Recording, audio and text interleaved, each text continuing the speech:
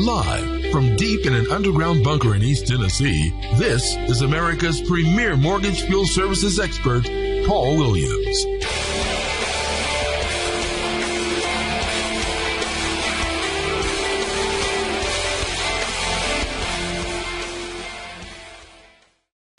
Good evening, ladies and gentlemen. I'd like to welcome you back to another edition of Foreclosurepedia Podcast.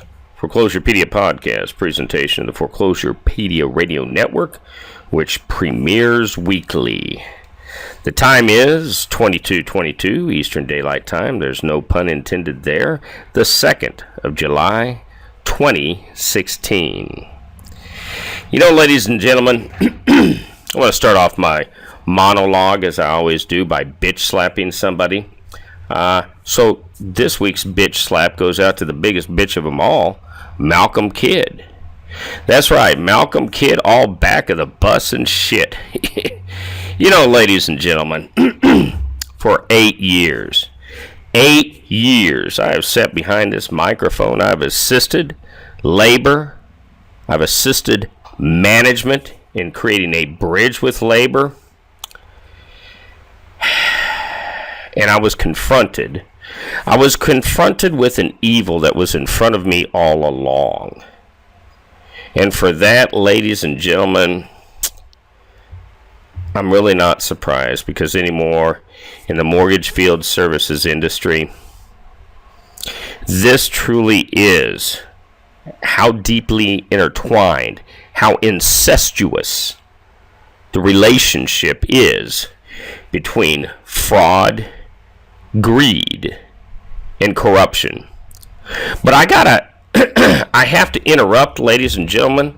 I have to interrupt and let me explain this in the way that only a trained media professional such as myself can do for the Foreclosurepedia Nation. Malcolm Kidd, I actually have to thank him. Now hold on.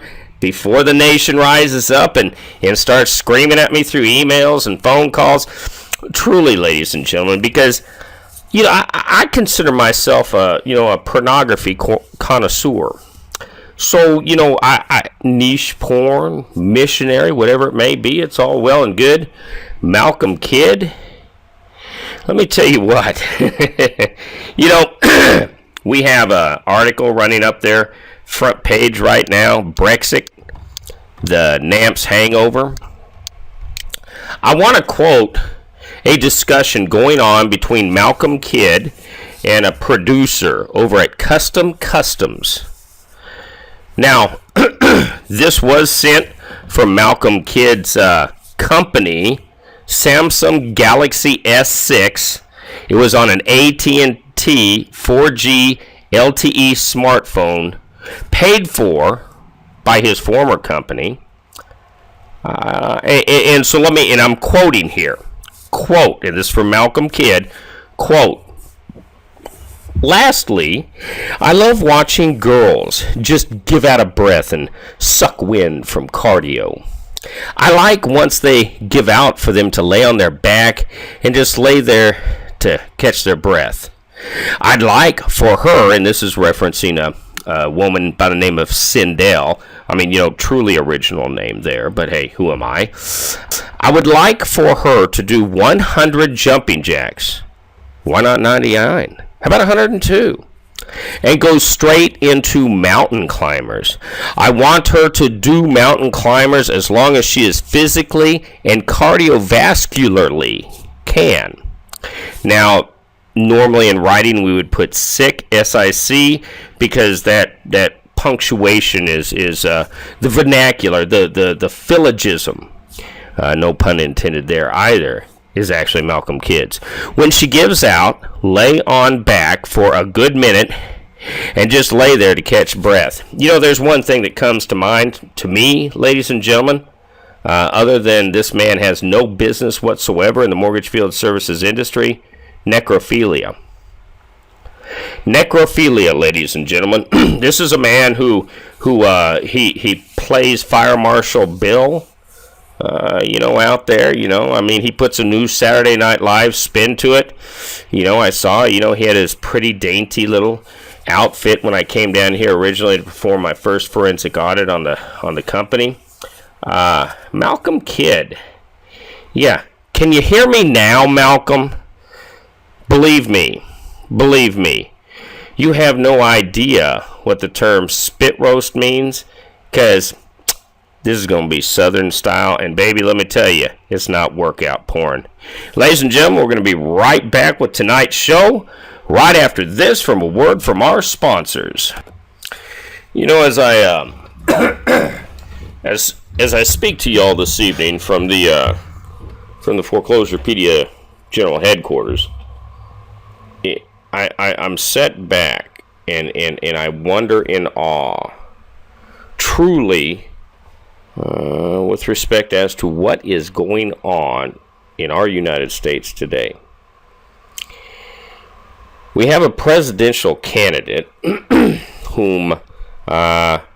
whose husband was able to intercept a United States aircraft carrying the Attorney General of the United States. What was discussed, who knows? However, what we do know is that his wife, Miss Clinton, is under an enormous cloud. This is the email server, if you will.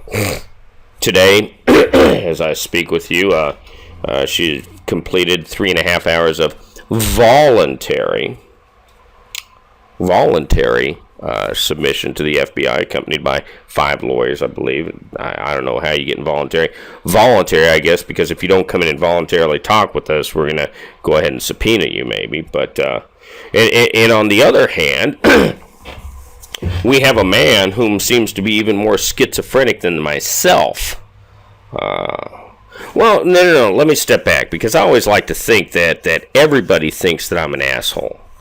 I like that, because then, I don't have to pretend differently with this group or that group or the other group. But, truly, so what this election cycle is reminding me of is it's actually reminding me of a gubernatorial race that was down in Louisiana in the early 90s. We had David Duke, a very outspoken Ku Klux Klan's member, and we had Edwin Edwards, who was admittedly in the mafia.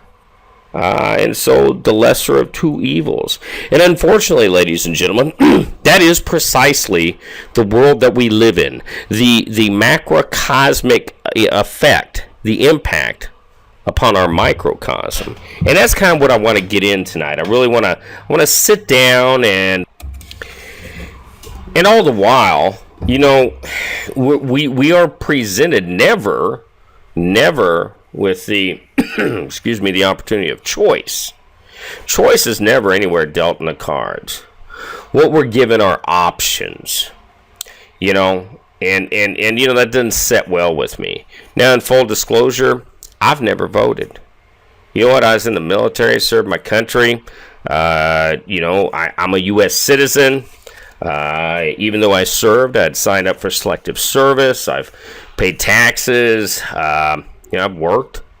But I've never voted. I've never voted because, to me, it's a fallacy. To me, it's fraudulent.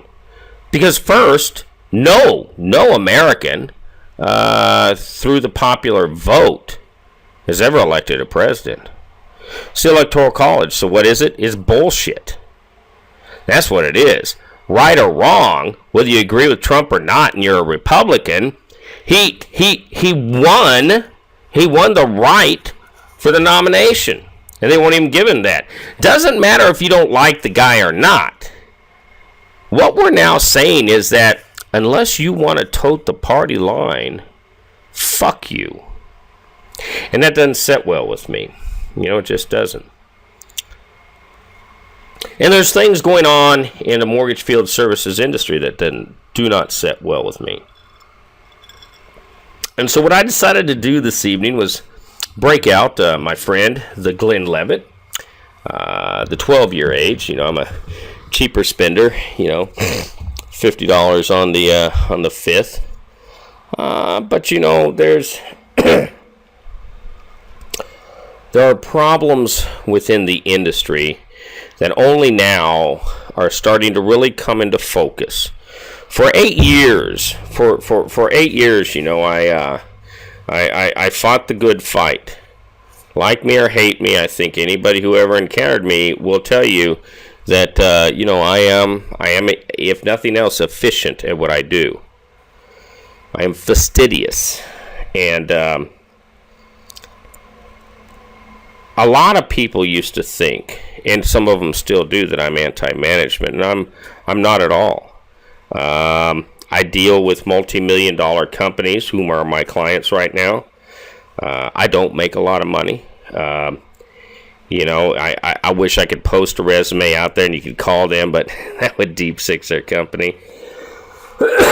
Excuse me, but I don't make a lot of money. I do what I do because years ago, a company called CWIS fucked me. They fucked me out of some money, $42. There's no other way of phrasing that. I wish I could say, oops, accident. I wish I could say when I reached out to the Ramagoses and their horrific dragon lady, the secretary in there, that they looked at it and they said, you know what, you're right, you're owed money. But no, they disrespected me. They, in essence, told me to fuck off, as did AMS. And today, Foreclosurepedia exists because of that. Reflecting back, though, the question has to be whether Carolyn and Dave Ramago sat down and said, today we're going to fuck over Paul Williams, or whether, in part, they were dealing with a broken system, or a system, perhaps fundamentally, that was never developed. And that's kind of how I look at the industry today. Even 2 years ago, I was very jaded. And I'm not making these statements tonight to cut anybody's slack. But I did used to think that only management was the problem. But I found out management's not simply just the problem. Labor. Look at Malcolm Kidd, ladies and gentlemen. This was a man whom orchestrated an ongoing conspiracy which crossed state lines using electronic means in the furtherance of an artifice and or a scheme. And what was that construction? What precisely was the artifice that was developed? Malcolm Kidd reached out to companies. He used the insurance policy of his partnership that he was in. He used the good name and reputation, the license. Malcolm Kidd freely, willingly, and with overt intention caused to be executed the transference of financial funds, acting in a fiduciary capacity in and of his own volition, to have company funds secreted away in the dark of night into his own personal account. Now I want that to sit in. I want it to sink in just a little bit.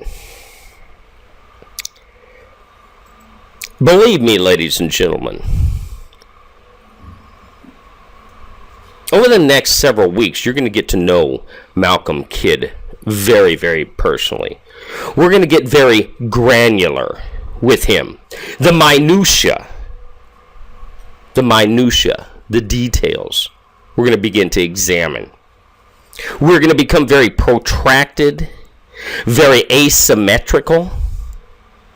We are going to ensure that when Mr. Kidd goes down to apply for McDonald's, to sack hamburgers, or take out the grease, that they are fully aware of that which Malcolm Kidd himself put into motion in a sequence of events that forced the dissolution of his partnership. Because when he originally wanted $500,000, just like a street urchin, just like a whore in the Soho district, Malcolm Kidd walked away with $3,000, a broken lawnmower, and a 1999 pickup truck that leaks more oil than Carter takes liver pills. Because when management, and oh yes,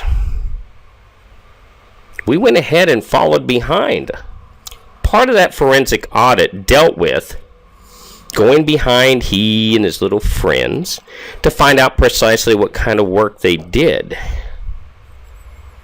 Now you see, when you submit a claim,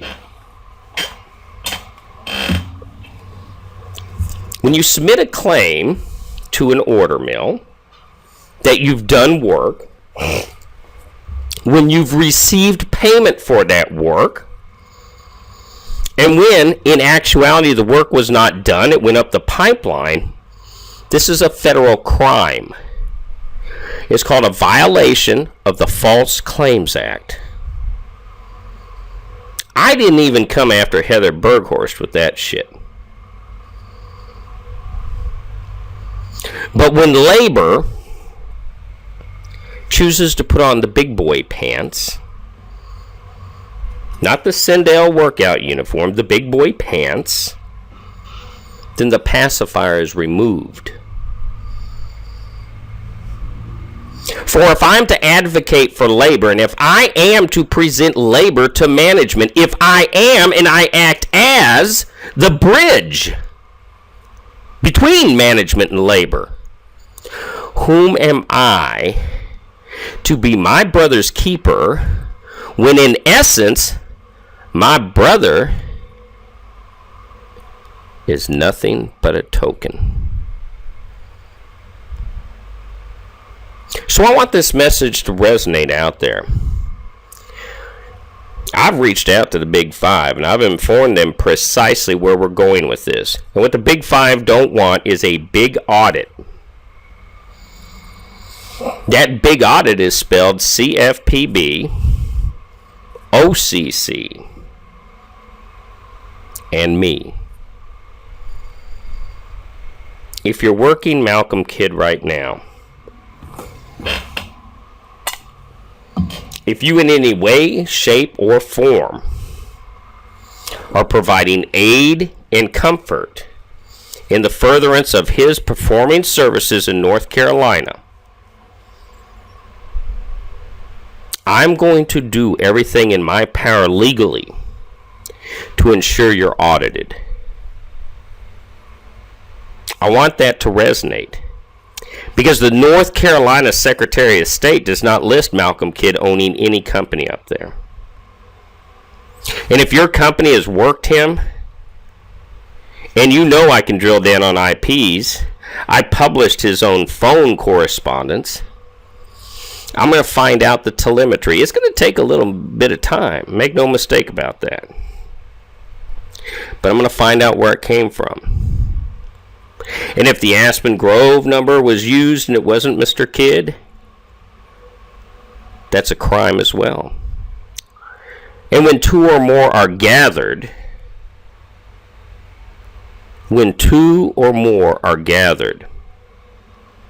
to participate, whether voluntarily or not, in an act or an omission thereof, to cross state lines, using electronic means in the furtherance of an artifice and or a scheme,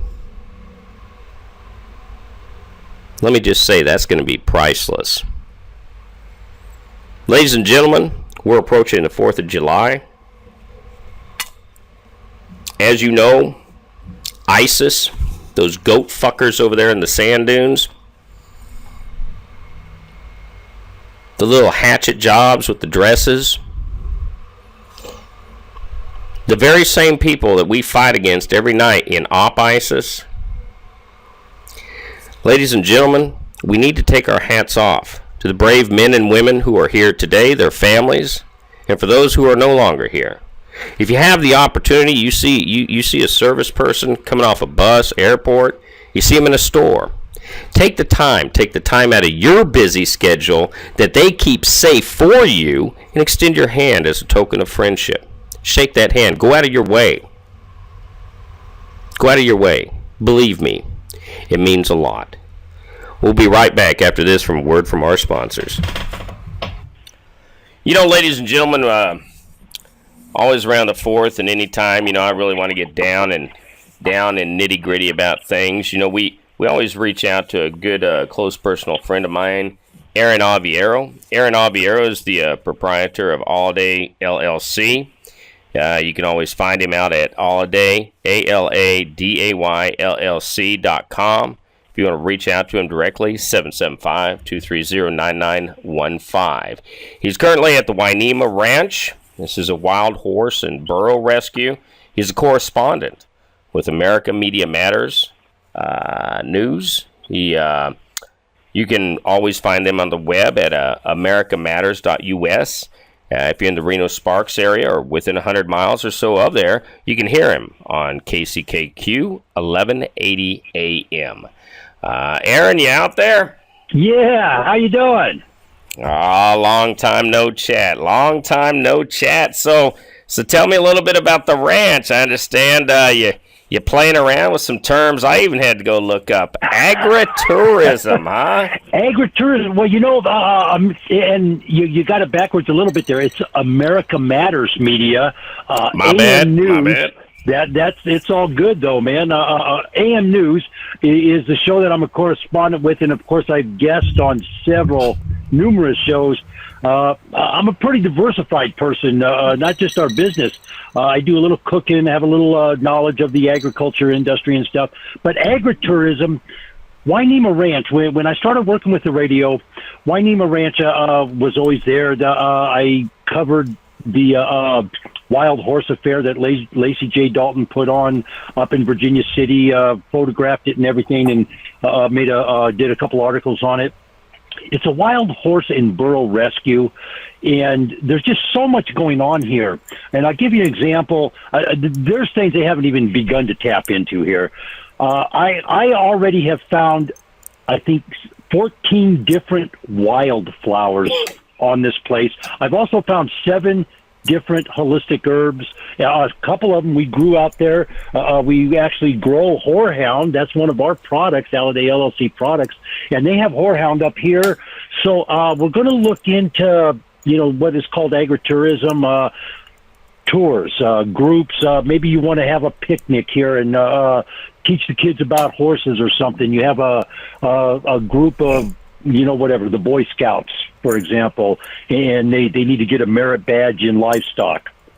We're going to set something up here, and because I have a little cooking in my background, we can cook lunch, stuff like that. Maybe do a little breakfast in bed, explore the possibilities, and of course, when you get into that kind of thing, you always have, the ranch is off the grid, as they say.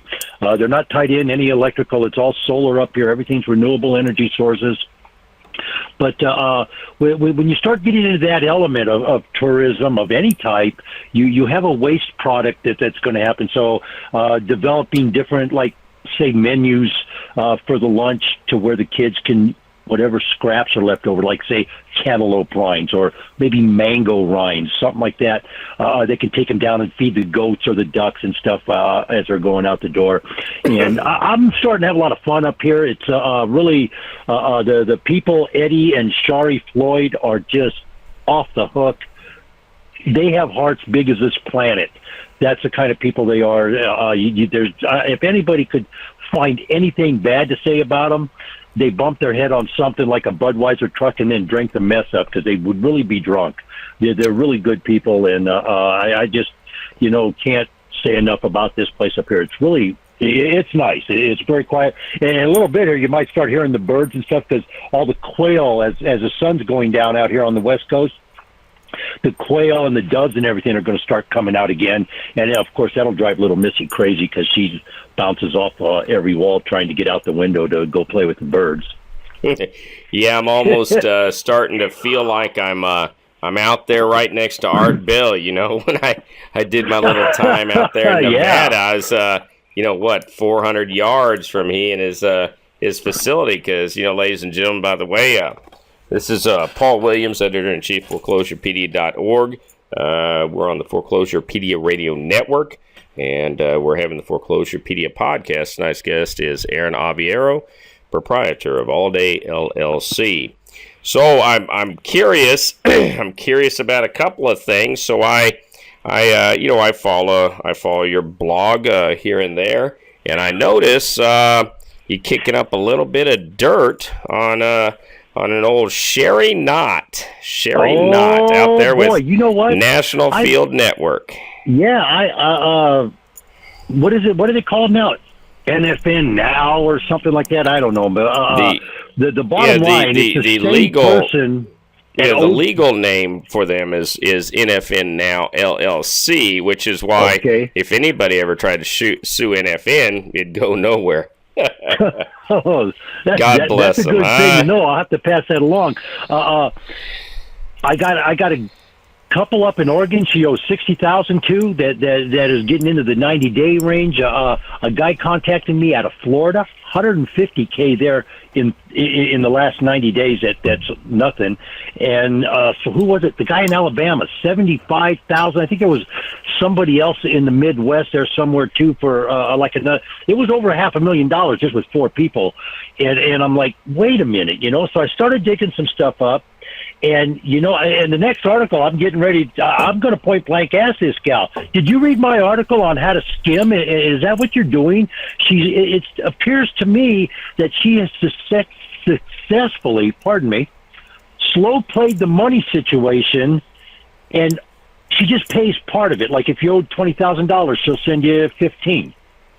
And then that other $5,000 gets lost somewhere. And for the life of me, I don't know if you caught the article I wrote a little while ago about the back charges and the discounts, theft by discount. And the information I got there, the subject matter, if you will, for that article came from, and obviously he has to remain anonymous, an IRS agent. And he flat out said, if you are given a price sheet minus a discount, it's the price sheet you're working off of. That discount is deductible. And I went, I go, you never get that discount, though. He goes, send him a 1099. And you know what? And when I said, well, can I quote you on this? He says, if you use my name, you see this gun on my hip? I said, say no more, sir. Say no more. Well, that was one of the things that I'd stated early on when I'd brought Foreclosurepedia, if you will, into doing what it does today. I had stated that, the simple concept of discounting in and of itself is illegal because of the fact that they are when I say they, I refer to the national, the regional, and the otherwise unspecified order mills, whom are all predominantly members of the National Association of Mortgage Field Services regime, ladies and gentlemen. Or as Little Man now refers to them, the National Association of Management for Stealing. I couldn't phrase the acronym better, but you're reporting to the federal government. Because look, if it is a bank REO property or bank PNP, if it's bank owned, real estate owned, and if it has, and most of them do, an FHA insured mortgage, the financial institution is going to file Form 27011. And that's how they get their money back for the services rendered and to file their claim to be paid again for the property. Now, if you're telling the bank, and let's keep it simple for those whom are in Stowe, Ohio, so if you have if you have $100 and you discount it $20, or 20% across the board, and it's a $100 order, you end up with what? $80. But you're reporting $100. So really, what you've done is you've ensnared yourself in a fiduciary conspiracy. Now, what I mean by this is, really, you have 40, not 20. But regardless, when the claim is pushed up and it goes from the boots on the ground and it goes to the otherwise unspecified, to the regional, to the national, and then to the financial institution becomes what we commonly refer to as a conduit of fraud. You see, yes. And this violates and is a violation of the False Claims Act. You know, and I'm not a lawyer, nor am I giving legal advice. I only play a lawyer on TV Monday through Thursday. I actually represent, Dr. Welby and Quincy, but it's neither here nor there. Because I've also been heavily involved in the GMO thing, and they now introduced me on the radio. This segment brought to you by Monsanto, living life through chemistry. Did you happen? Speaking of, because I'm a well-versed guy. I read a lot of shit. Vermont, they're requiring labeling up there now, and here's the problem. So they almost for a period of time could not get a definition of genetically modified products, because what we're really talking about at a molecular level is so I'm paraphrasing North Carolina Public Radio, because I was actually down there. We were doing some investigations on Mickey Snow and what we believe to be information that would point towards he is turning state's evidence against many NAMFS colleagues, neither here nor there, and naturally that's just an opinion of mine. Sans all the white shirts, black ties, sunglasses, and MIB shit. But anyway, so Vermont had this big problem. They had to go to the National Institutes of Science and the National Academy of Science to attempt to get a definition, because what they say is that plants, if you will, the genome, when radiation is applied, it will mutate, for want of better words, and it will cause certain things to occur. They said that in part what they're doing is that they are merely applying radiation to cause, if you will, the same thing that nature does, but merely in an accelerated capacity. However, they did not know, and I love this term, they did not know what the eventual outcome is of the radicalization. I want that word to set in, especially because we just experienced it over in Benghazi. God bless the email servers. We just experienced it, over in Bangladesh over the weekend. So GMOs, but at least Vermont stepped to the plate. They stepped to the plate and they said, you know what, fuck you. You're going to put it on the label, and in essence, you're really going to put it on the label for everything. And my hat's, you know me, I'm a conservative. I'm not even conservative. What I am is I'm a libertarian. Now, I don't want the government fucking with my shit. I think the only successful agency, and they still use a pet rock, is the National Weather Service, because they'll put it outside. If it's dry, it's not raining. If it's wet, it's probably raining, or somebody's taking a piss. Like, the White House, because we're pissing on you because we're going to take you. But anyway, another story. Yeah. But yeah, so clue me in on some GMO. What's going on? What are you doing? Because I know you're heavy in there. Latest, I am, and I have been, and I've been working with Ronnie Cummins, talking with him and his crew over at the Organic Consumers Association. A study that was just last week, or 2 weeks ago, I'm sorry, a team of 8 scientists with a farmer and Zen Honeycutt. He's a reporter for The Hill, a publication that comes out of Washington, D.C., but they were at the FDA. Now, get a load of this question that was asked. Here's the exchange. do you have any long-term animal studies on the final formulation of Roundup? Now, where this question stems from is the only thing they talk about in Roundup is the chemical glyphosate. Well, basic physics, I think we all have heard the phrase, for every action, there's a reaction. Sure. That's actually quantum physics. Yep. Right. Well, when they put everything together with Roundup, all the other chemicals create serious toxicity. And this question gets asked, do you have any long-term animal studies on the final formulation of Roundup? This was from the director of the EPA. Well, there are hundreds of formulations. Follow-up question. Well, how about on any of them? Do you have a long-term animal studies on any of the final formulations of Roundup? This was, what is this gal's name? Gina, I think her name is. Gina McCarthy, this was her response. Long-term animal studies on final formulation. No, not that I know of. Ladies and gentlemen, our EPA allowed 25 or back almost 40 years ago, glyphosate to be put in the food supply unchecked. They didn't do their job then. They're not doing it now. This has become a very big issue. This past week, Debbie Stabenow, Debbie, let me take $5,000 from Monsanto and squash food labeling. Stabenow, the senator from Minnesota, Mr. Roberts, the senator out of Kansas, came up and concocted some screwy bill or legislation, as they call it, that really is not a food labeling bill, because the only thing on there genetically engineered that is mandatory to be labeled is the salmon that hasn't even hit the food supply yet.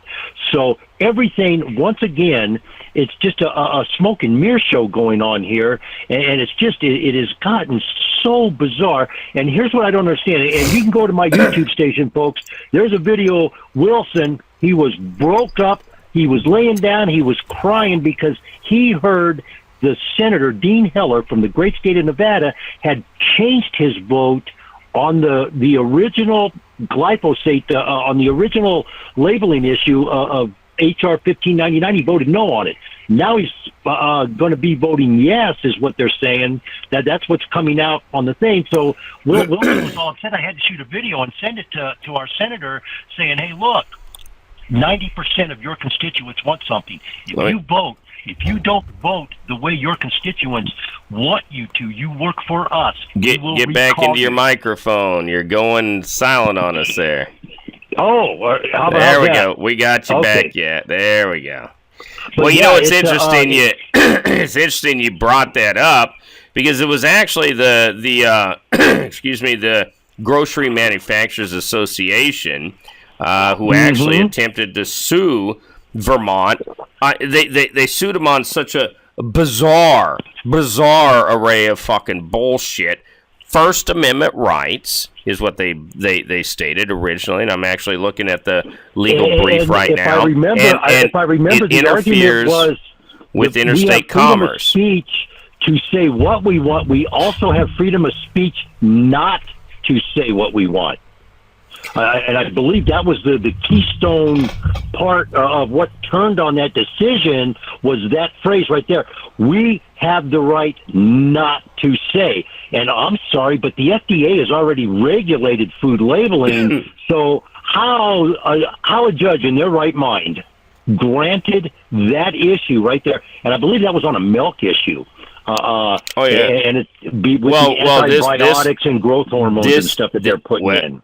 No, they actually, and that was a truncation, but they actually sued them, bringing forward the labeling of GMOs up in Vermont. But you know, when you look, and it's weird because I study food a lot. You know, I grew up on an old dirt farm and on a dirt road, and you know, if you have whiskey, it's a great country song. I'll tell you a story about it. But let's talk about you know, when we talk about a simple egg. All right? Who regulates it? All right? Well, it depends if it's in the shell, and that's true, because no fewer than 15 agencies regulate it. We're talking about Department of Health and Human Services, FDA, APHIS, which is the Animal and Plant Health Inspection Services. That's over at the Department of Agriculture. You have FSIS, Food and Safety Inspection Service. Then you have, and I've never heard of this motherfucking outfit, the Agricultural Marketing Service. Now, and a lot of people don't know, we actually even have a bureau that deals with pricing. It's called the Office of Price Control and Indexing. But meanwhile, back with NAMFS. Yeah. Tell me, we got off track a little bit there, and well, you know what? Before we go back to NAMFS, let me throw this up there. I'm going to throw a name out there, Burke Bear. Google that name, BIRKEBEAHR. He's an 11-year-old kid. He has a YouTube video out, a 5-minute presentation. This kid has a future, but he body slams Monsanto. Anyways, NAMFS. Monsanto body slam. Such a choice of words with Vietnam veterans. My God. REM, I think, speaks about it heavily. Neither here nor there. Yeah. Forget about it, huh? DuPont, they were right there in the middle of Agent Orange, too, man. They were poisonous. Well, that's what I was saying. An REM, Orange Crush. Boy, but since we're saying forget about it. How about old Eric Miller?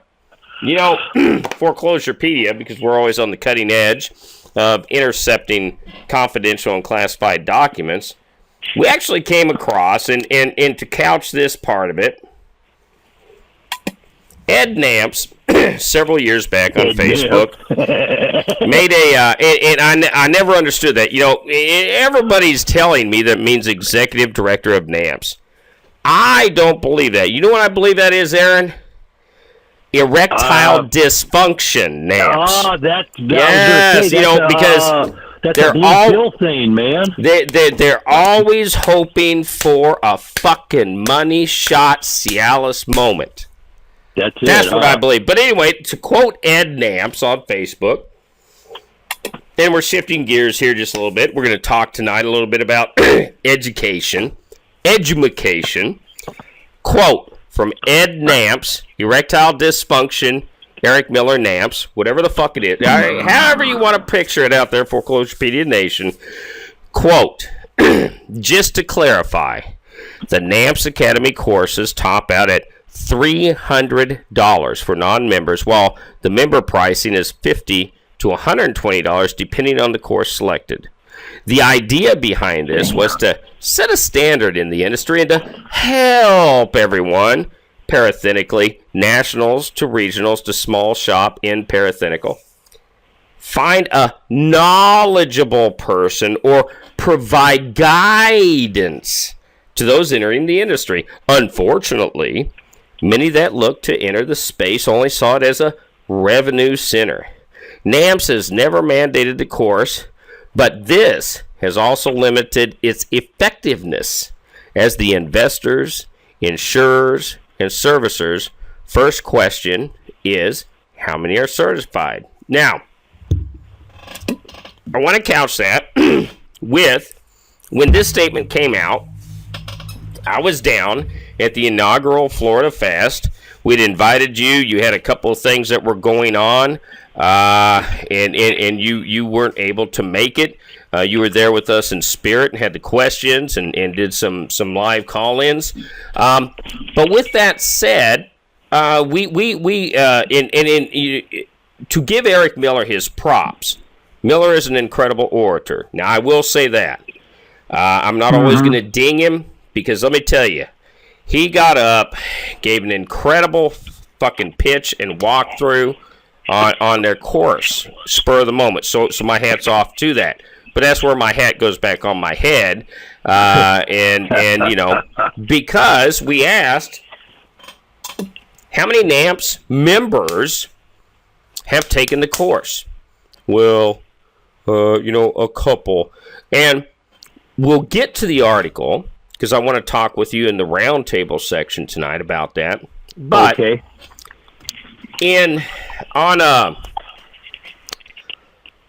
NAMFS has what is commonly referred to as the NAMFS Government Relations Committee meeting minutes. Now, these are confidential. But yeah, I mean, you always know my opinion of confidential. So on Thursday, May 19, 2016, at 11:30 a.m. Central Standard Time, Eric Miller, fuck it, all the usual suspects got together, and they wanted to revisit it. Now, my theory why they wanted to revisit education is because, remember, we're into July now. NAMFS still can't figure out how to get a tax return filed. I actually, in my article, I offered to give them the money to file it. Because, look, without NAMFS, Foreclosurepedia wouldn't exist. There's the true irony. I would have no fraud to report on. Yeah, they got me started too. So I mean, it's kind of, I've gone a little different way with the blog a little bit, but they're still in the picture, and it's just, the thing with their education, and it's like I said, I don't think anybody out there, if you heard me in the last 5 years, I endorse NARPE International because they're the only education program that covers this industry. It's a parallel thing. It is not isolated. If you get their education programs, it'll transcend out of the property preservation industry into other facets of your business.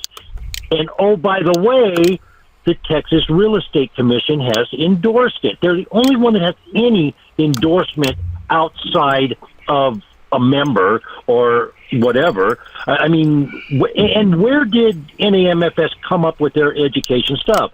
The scuttlebutt years ago was they bootlegged it from a member and then squeezed him out. His name was Preston. He owned Stallion. Yes, Rob Preston. Yeah, he had Furry Learning or something like that, and now he's out of business with that. I'm sure he's moved on. He's an intelligent guy, but they kind of squeezed him out, and he dumped all his education material, as did Mimi Norris over there at CERS. And I know Miller kind of banged her education format and program, but where did they get theirs? There's nothing there. There's no meat in it. And oh, by the way, how is he going to give anybody a certification when there's no accreditation going on? I just don't get that. Well, I'm actually glad you brought that up because, so May's minutes, I want to point out something that I thought was so. It just, to me, I think, I think philologistics, I think the vernacular is not something that anyone in NAMFS is gifted with.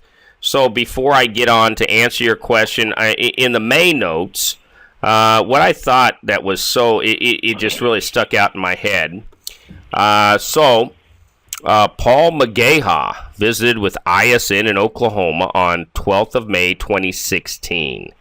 All right, ISN, as we know, it's the new MCM, Mortgagee Compliance Manager. It's what MC Michael Connerson Bull used to do. But listen to this quote.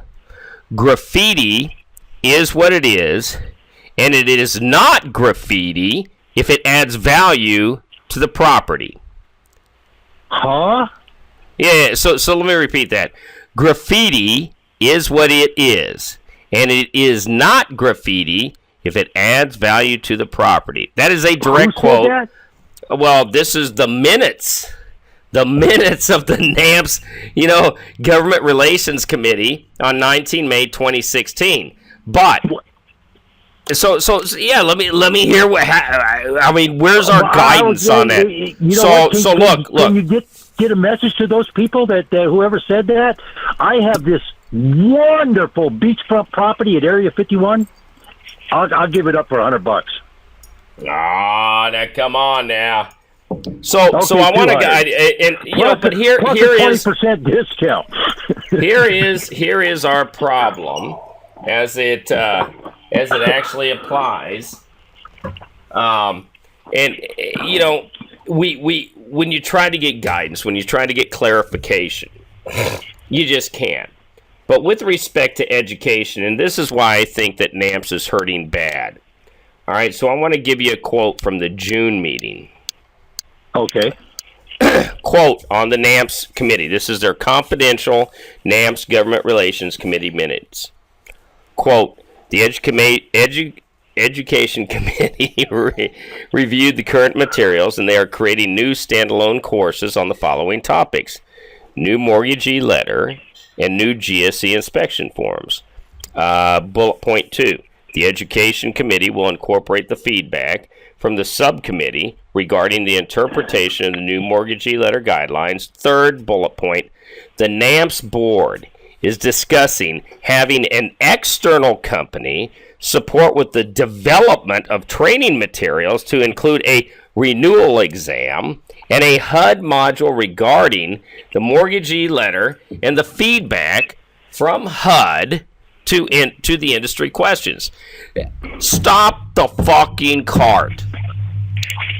Committees, subcommittees, fuck. I mean, where's this shit in? But now they're going to try to target HUD. Now let's talk about, just for a moment, the NAMFS Academy. It's been on a perpetual since the Terry fuck me in the ass Platt days of 40% off. So wait a minute, you're going to include a renewal exam for you're going to include a renewal exam for something, for a course that nobody takes? What? Let me interject something. Hold on, let me finish this one point here, because it's poignant. I'm cutting grass. Does the goddamn mortgagee letter really impact how the fuck I turn on a John Deere mower? No. But if I'm not mistaken, isn't everybody who is sent a work order in the property preservation industry told they are independent contractors? Well, I mean, that's what it says. In that case, NAMFS, in one fell broad brush sweep, is going to make, I don't know, what is there, 100,000 independent contractors across the country that they want to take these testing materials. They just made everybody an employee. And I'm sorry, but that's the reality there. Every one of their members being in this organization, they just make everybody an employee. We're charging for this. They're not a tax. They're not a charity or whatever they are, a 501c. They're not. They're trying to become a profit center. I'm of the opinion that everybody in this industry is an employee. But furthermore, Judge Chin in the United States District Court for the Northern District of California, in his ruling of Hearst v. Buchek, went the extraordinary length after a closed-door settlement to publish in the Federal Supplement, second edition, his ruling of why and how it violated, and even more on point when we speak about Vincent v. AMS et al. The Bennett Vincent case, who's the chief who's the lead plaintiff in that, they're already coming to the same conclusion as well. So the bus is packed clearly in the back with fucking NAMFS.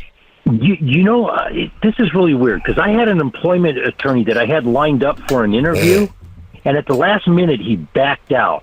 And I never asked him why. I just said, okay, thanks for your time and thanks for considering. But for the life of me, and I just don't get it. This is what Duckworth has done out here on the West Coast. He's got a template. All you got to do is fill the blanks in. Any lawyer in any state can start the proceedings. Get his opening brief. He did it with Buchek. He's done it with FAS. He's done it with AMS. It is the same opening brief. We plug a different name and different. My point is into it. My point is, why get a lawyer? Why not proceed in form of pauperous? The court's going to move for that because you've already been raped. You're bankrupt. You can document that. They're going to appoint federal counsel. Why not go IFP? And toss it in there. Hell, throw some 42 USC 1983 just for shits and grins.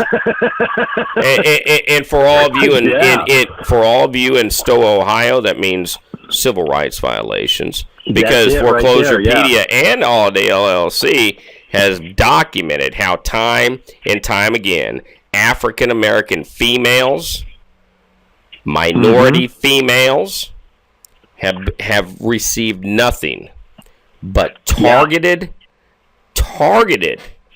conspiratorial discrimination against them, because they fit, if you will, the mold of a stereotype of those whom are the most vulnerable in our society and the least likely to actually stand up and defend their civil rights. I believe it's an argument that for inclusion. This is going to blow your mind. A client called me the other day on a consultation and said, I don't know what to do. We submitted a bid to Five Brothers. Are you ready for this? Five Brothers back charged them because the bid was too low. Nah, get the fuck out of here. I said, are you kidding me? And then they go, well, now I got a problem with Safeguard too, because they're charging me for they're back charging me on something that's 3 years old. And I'm like, file a 1099 on this stuff. What is wrong with you guys? Yeah. File these 1099s. If the IRS doesn't know about it, the IRS can't do anything about it. And that's what I don't understand what people don't get. File the paperwork. It's not going to cost you a dime. No. File the paperwork, and so what if they don't send you any work? They're not paying you right now. Come on, pull your head out of your behind. Well, you know, I had always believed that just like battered wives syndrome, we have battered contractors syndrome. We have Axis 1, Axis 2, according to the Diagnostics and Statistics Manual. And now I don't know whether or not the National Institute of Health or CDC is going to lend validity to how I want it codified, but nobody else does anyway. Go figure, huh? Battered contractor syndrome. That's what this is. Hey, maybe we need to get some psychologizing going on in the industry for some of these people. They can find their safe room or whatever they call it, a safe place, or And that brings us full circle to really what I want to talk about tonight, just briefly, and so we're coming up on a we're coming up on a hard stop here in a minute, but incidentally, ladies and gentlemen, the time is 23:48 hours Eastern Daylight Time. The date is the 2nd of July, 2016. You're on the Foreclosurepedia podcast, presentation of the Foreclosurepedia Radio Network. We're speaking tonight with Aaron Aviero of All Day LLC. He is also a correspondent, the American Media Matters. And tonight's subject, as usual, is hodgepodge and attempting, if you will, to look through the kaleidoscope and figure out why the light at the end of the tunnel has temporarily been shut off and forever shut off with respect to wisdom. Neither here nor there, but Malcolm Kidd. So I came out to do a forensic audit because I actually I deal with 9 small businesses whom represent almost $23 million of combined annual revenue. They're making runs on HUD. They're making runs on the HUD contract. They are all independent, and I'm cautiously optimistic. I've always stated that the HUD 3.10 was going to be the one and only time. It's a perfect storm. Why? We have Mickey Snow after he raped the 2 underage handicapped girls in North Carolina, Eden, North Carolina. He went on the run. Now, if we remember back about Mickey Snow, this was a man whom was quote unquote small business, but was capable of posting a $20 million bond. Didn't you break the story when they caught him in Thailand or something? I most certainly did. I still have a Freedom of Information Act request out for his medical records while he was being processed there in Thailand. And there's a lot of reasons which will be explained over, the fourth quarter of this year why I wanted those. And I wanted to know the possessions that he had. Brings up, his wife. His wife Som Porn. You can't make up a name like that. Truth kills me. Som Porn They Tong fall out Sua. in the studio when I bring that name up. They can't believe that is really her name. Oh yeah, no. That's really her name. And but coming full circle, related to the story, it's like, oh come on, you're kidding. I go, no, and I'm we're not. talking. That's her name. We're talking about the same Mickey Snow. Over $800,000 in bribes to HMBC lawyer officials that HMBC used to run HUD. Really, I don't get right there, man. How they didn't stop right there. Well, I would have been sued into the Stone Age. All right, had that part not been true, because HMBC's no punk. But what HMBC knows is that I flipped the operations manager to Mickey Snow. I flipped other people as well. I documented how the United States Department of Labor came in, sued multiple times. I was the first one to report that he had committed arson, burned down his own business. How the fuck is he involved in this industry anyway? Help me to understand that. How's that going for you there, Aspen Grove? I guess arson is the what. guy mowing the lawn has to get the background check. No.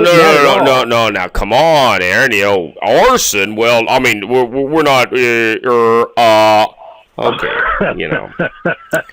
Forget about it, huh? But Malcolm Kidd, here's this piece of shit. Now, I'll say that publicly. This piece of shit in South Carolina. He is, because when I'm going to, make moves. And refer people to very large people, I investigate them.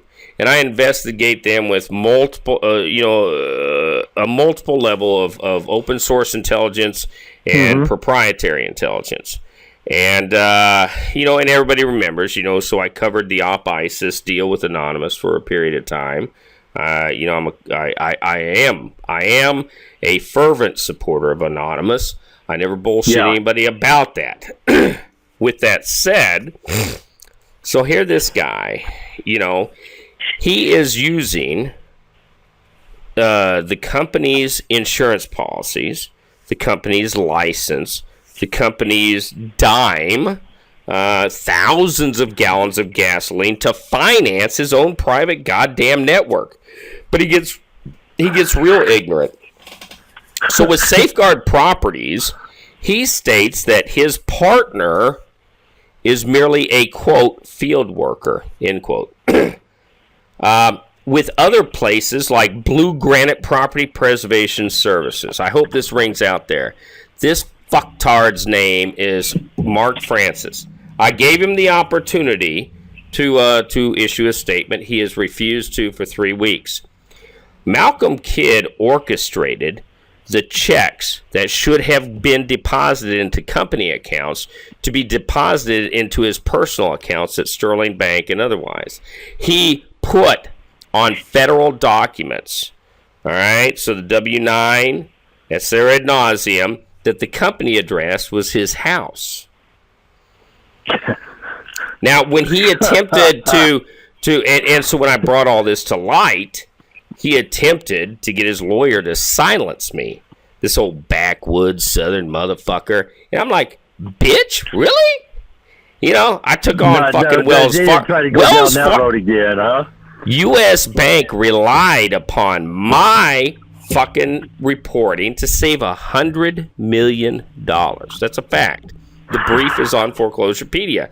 Bitch, you gonna come after me and tell me to shut the fuck up? Really? Wow. Fucking Heather Berghorst sicked a lawyer on me. Bitch, you know what he's doing now? He can't even see his fucking kids. Now, and let's go a step back, because we all remember Assurant.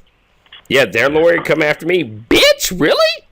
Assurant, oh man. Blah, blah, blah. But, I really want this to get out there, because a lot of people are saying, I get a couple of emails that are good. No, I'm lying. I never get a good email. They're always like, "I'm going to cut your fucking head off with a dull butter knife, motherfucker." You know. But here's the reality. Dude wanted $500,000. You know what he ended up with, my brother? He ended up with a lawnmower that didn't work, that took 3 people to shove up on a broken down trailer, and a 1999 truck is burning so much oil that Carter fucking is laughing, you know, because he takes fucking less fucking liver pills than the oil that motherfucker burns. He got $3,000 partially in cash. But with that said, I am most up in arms because this is a man who represented himself as labor. So this would be like, I can look outside. So I have a family, okay? I look outside and I say, you know, Johnny down the block is really doing some fucked up shit. But shit, let it be my kid? Pow! You know, and that's how I feel. Because I've always felt that I've, you know, kind of served the role, you know, as being a friend of labor. And how can I market labor? How can I be that bridge with you and others between labor and management if labor's over here doing this shit? And let me tell you, this coming week it's going to get far more horrific because I performed the internal QCs and the audits. I went down there. I was down at Fripp's Island. I was down at Paris Island where they trained the Marines. I've been in Florence. Look, this was some bad shit. But what I did was make bridges, you know, with outfits out there, you know. I'm issuing an unredacted report to outfits like Birdsey and others to say, hey, here's where we're at. Here are the people that we don't use. Here is why this is legitimate. Because, you know, while Mark Francis over at Blue Granite and JCM may say, hey, we'll use Malcolm Kidd all day long, the larger players that I've already spoken with, they're not going to use him. They're not going to use him. Why? He's toxic. And you thought Foreclosurepedia was toxic. But look, if we can't hold our own people accountable, Aaron, who the fuck are we? What are we doing? What? You've been with me for the fucking the long ride, huh? Well, you know what? One of the articles I just wrote, and it was in the GMO thing, but I opened it up with, in the days of my youth, I was told what it means to be a man. When that song came out, my father was actually explaining that to me. And part of that lesson in life was own what you do. You know, it might be embarrassing, it might hurt, it might be ugly, but you did it. Stand up and say you did it. And I don't, it's like I'm saying, I don't know what's going to happen with Eric Miller. But there's no questions in my mind when it comes to law, and my understanding of the law, he is an accessory to what's going on. He is no longer an accessory after the fact. Now there's proof that he knew and he was involved in discussions 5-6 years ago on what's going on, and well, we don't know how to stop it. Well, you stop it by admitting people like Cheap Suit J to your damn organization, for crying out loud. And there's irony. There's irony on. Continues right down the road. He just continues to facilitate crime day after day after day. There's absolutely no way he is an accessory now. That is a given. I just don't. Sooner or later, that organization and the board of directors are going to have to answer for what they've allowed to happen and fester in this industry. You know, and there's the deal on Cheap Suit J. All right, so I brought many things forward. You brought many things forward. At that time, I was working with the Associate General Counsel of Altisource in Luxembourg. Most motherfuckers in this goddamn industry can't even pronounce Luxembourg. Yet I had flipped a lawyer, one of only several in their entire department. Today, the guy's the little boy. Yeah, I say little boy, you know, because he still has zits and shit. His name's Jeremy Pomerantz. Fuck him, however which way anybody wants, preferably somebody from Haiti who's huge. Neither here nor there. But what I'm saying is, we brought this information forward. And then he goes out and he fucks this guy named Keith Avola. And then he breaks breaks his RV out of the fucking yard. And this is a very reputable firm. They're in there doing some repairs, the generator fixing it all up. This was some shit straight out of Breaking Bad. This ain't no lie, you know? Yeah. I mean, broke the RV out, fucking said, I'm not going to pay you. Man. You know, and what I'm saying, though, is that might have been prevented had Eric Miller, you know, fucking came full circle and said, you know what? We have problems. But I got this to say, because let me finish this. That was all anybody asked him to say 5 years ago was, hey, look, all you got to do is step up and say, hey, we got to figure something out here. He had an out. He's been given an out for the last 5 years that I know of. He has been given out after out after out, and he steadfast refuses to even comment on what's going on. So it's not a matter that he doesn't know. He's turning a blind eye is what he's doing, and he's participating when that happens. And, oh, by the way, and you've pointed this out over and over and over, every year he gets a bump on that salary. $10,000 a year. You know what? That right there is why he's keeping his mouth shut. And let me stop you right there as well, because if you look now on the sidebar and on the front page of Foreclosurepedia, median salary by job, industry, trade association. All right, so this doesn't come from me. It says right on there, executive director, $60,600. He makes over $120,000 every year. Consumes more than 70% of all NAMFS member dues, and is twice the national average pay for his position. See, it's no longer the hypothetical. I mean, go to Foreclosurepedia, look at the sidebar. You know, but look, we're coming up on a hard break. You know, ladies and gentlemen, we've been speaking with Aaron Albiero this evening of All Day LLC. Aaron is a correspondent with American Media Matters out in Nevada. Aaron and I have been fighting the hard fight for quite some time. Make no mistake about it, and you can bet your bottom dollar that we're going to be right back with you after this word from our sponsors. So there you have it, ladies and gentlemen.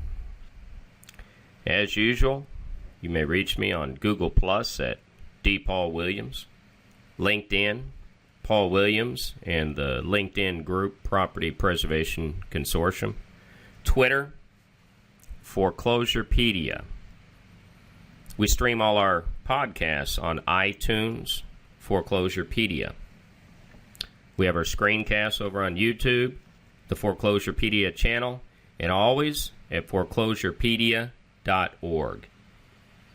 We'd like to give a special shout out to Amazon.com, whom provides our S3 podcast and video storage, and Cloudflare for hosting Foreclosurepedia in 24 different geo-positioned servers, pro bono as well.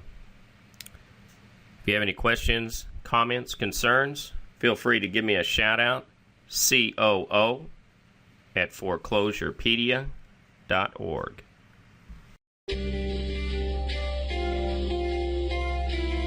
Live from deep in an underground bunker in East Tennessee, this is America's premier mortgage fuel services expert, Paul Williams.